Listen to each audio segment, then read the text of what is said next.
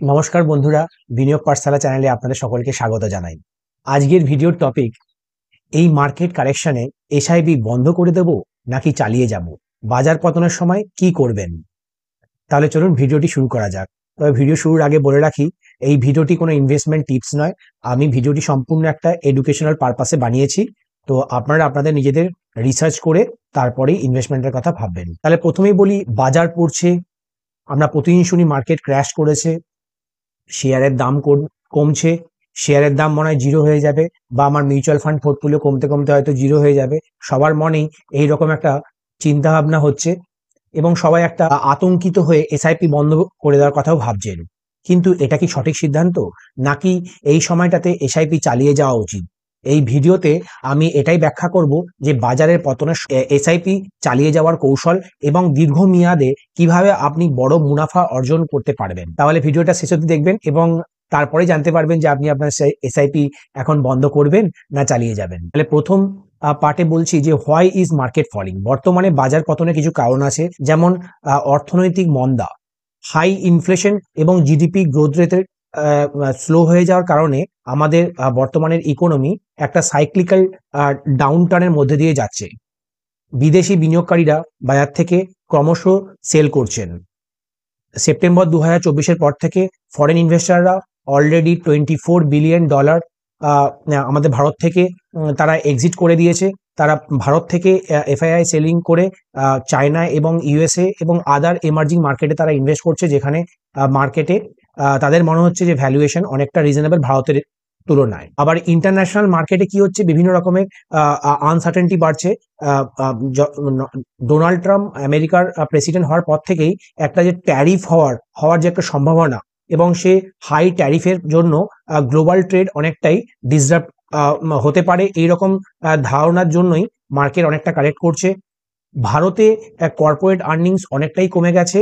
তো এই কারণগুলি আমাদের মার্কেটে কারেকশনের জন্য দায়ী। এখন তাহলে বলি যে কেন অনেকে এসআইপি বন্ধ করেন। বাজার পড়লে অনেকেই ভয় পেয়ে আতঙ্কিত হয়ে এসআইপি বন্ধ করে দেন। কি কারণ তারা ভাবে যে বাজার আরো পড়বে, এখনই টাকা তুলে নেওয়া ভালো হবে, এসআইপি করলে লোকসান হবে, তাই বন্ধ করে দেওয়াই ভালো, পরে বাজার উঠলে আবার শুরু করব। তাই এই যে বটম ফিশিং, মানে মার্কেট যখন তলানিতে নেমে যায় তখন অনেকেই ভাবে যে আবার তারা বাই করবে, যেটা পসিবল হয় না। আচ্ছা, আরেকটা জিনিস বলে রাখি, মার্কেট লাস্ট 20-30 ইয়ার্সে যে বছর সব থেকে বেশি কারেক্ট করেছে, যেমন 2000 সালে, 2008 সালে এবং 2020 সালে কোভিড ক্র্যাশে, সেই সময় কিন্তু সেই ইয়ারেই মার্কেট কিছু কিছু দিন হাইয়েস্ট পার্সেন্টেজ ইনক্রিজ করেছে। তো যারা ওই সময় মার্কেটে ইনভেস্টেড থাকবে তারাই ওই সাডেন রাইজের বেনিফিটটা পাবে, আর বাকিরা যারা মার্কেট থেকে বেরিয়ে যাবে তারা ওই সাডেন রাইজটা পাবে না, তারা সেটা মিস করবে। তাহলে কেন এখন এসআইপি আপনারা চালিয়ে যাওয়া উচিত? কেন এসআইপি চালিয়ে যাওয়া উচিত? রুপি কস্ট অ্যাভারেজিং এর বেনিফিট পাবেন, কারণ আপনি আপনার যে মিউচুয়াল ফান্ডের এনএভি সেটা অনেকটাই ড্রাস্টিক্যালি 10 to 20-30% অনেক এসআই মিউচুয়াল ফান্ডই ফল করেছে। সেক্ষেত্রে আপনি রুপি কস্ট অ্যাভারেজিং মানে আপনি আপনার সেম প্রাইসে বেশি ইউনিট পারচেস করতে পারবেন। বাজার সবসময় পুনরুদ্ধার করে, তো বাজারের এটা নেচার। বড় বড় পতনের পরে বাজার সবসময় রিকভার করেছে, যেমন 2008 সালে, 2020 সালে বাজারে অনেক বড় ফল হয়েছিল, তারপরে বাজার ক্রমশ রিকভারি করে নেয়। দীর্ঘমেয়াদে লাভ বেশি হয়। এসআইপিতে থাকা বিনিয়োগকারীরা যারা বাজারের ওঠানামা সহ্য করেন তারাই বড় লাভ পেয়ে থাকেন। পাওয়ার অফ কম্পাউন্ডিং, মার্কেটের ফলে আপনি যদি ইনভেস্ট করেন তাহলেই আপনি পাওয়ার অফ কম্পাউন্ডিং এর বেনিফিট পাবেন। আচ্ছা, একটা হিস্টোরিক্যাল প্রুফ, একটা কেস স্টাডি বলি। দুজন ব্যক্তি, রাম আর শ্যাম, দুজনেই 2008 সালে এসআইপি চালু করেছিল। এবং রাম কি করলো, 2008 সালে মার্কেটে যখন ভয়ঙ্কর ফল হয়েছিল, মার্কেট অলমোস্ট 60% কারেক্ট করে গেছিল, তখন সে এসআইপি বন্ধ করে নেয় এবং সে তার ফান্ডকে রিডিম করে নেয় ভয় পেয়ে। আরেকজন শ্যাম, সে খুবই আশাবাদী ব্যক্তি ছিল এবং সে এই পেন পিরিয়ডেও ইনভেস্টেড ছিল এবং 2018 সাল অব্দি সে তার ইনভেস্টমেন্ট চালিয়ে যায়। শ্যাম কিন্তু 2008 সালে যা কারেকশন হয়েছিল তার থেকেও বেশি গেইন করে ফেলে। সেই জন্যই বলি, আপনি ইকুইটি মার্কেটে যখনই ভোলাটিলিটি মোকাবেলা করবেন তখন আপনি এসআইপি বন্ধ করবেন না, বরং আপনি এসআইপি আরো টপ আপ করতে পারেন। তাহলে কি দেখলাম যে নিফটি 50 রিটার্ন 2008 থেকে 2018 অব্দি এসআইপি বন্ধ করলে আপনি কোনো রিটার্নই পেতেন না, আর যদি এসআইপি চালিয়ে যেতেন তাহলে আপনি হাই রিটার্ন পেতেন। তাহলে এখন বাজারে থাকাই সব থেকে ভালো সিদ্ধান্ত। নেক্সট বলছি, তাহলে এখন কি করা উচিত, আমাদের রেকমেন্ডেশন কি হবে? এসআইপি বন্ধ করবেন না, বরং বাড়ানোর কথা চিন্তা করুন। বাজার পড়লে এটাই কেনার সব থেকে ভালো সুযোগ।